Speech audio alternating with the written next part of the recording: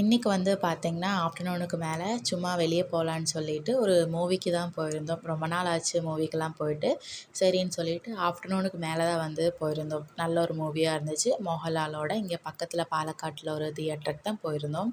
So ஒரு 6:30 போல் ஆயிடுச்சு movie முடியறக்கு. அதுக்கப்புறம் அம்மா, அப்பா வந்து காஃபியெல்லாம் ஆர்டர் பண்ணிவிட்டு சாப்பிட்ருந்தாங்க. நான் வந்து பார்த்திங்கன்னா, ஒரு அவில் மில்க்கும், தங்கச்சி வந்து ஒரு வேனிலா ஷேக்கும் வந்து ஆர்டர் பண்ணியிருந்தா.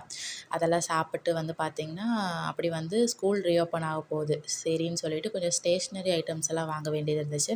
ஸோ எப்பவும் வாங்குற கடையில் வந்து பார்த்திங்கன்னா, இந்த ப்ரவுன் ஷீட்டு, கொஞ்சம் நோட்ஸு, பென்னு அந்த மாதிரிலாம் வாங்கிட்டு அப்படியே வந்து நடந்து வந்துட்டுருந்தோம்.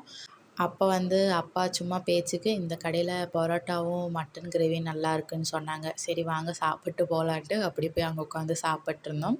ஆம்பியன்ஸ் எல்லாம் நல்லா இருந்துச்சு. ஒரு மாதிரி ஒரு பக்தியான ஒரு கடையாக இருந்துச்சு. பட் அங்கே நான்வெஜ்ஜுமே இருந்துச்சு. சரின்னு சொல்லிட்டு பரோட்டாவும் மட்டன் கிரேவியும் சாப்பிட்டோம்.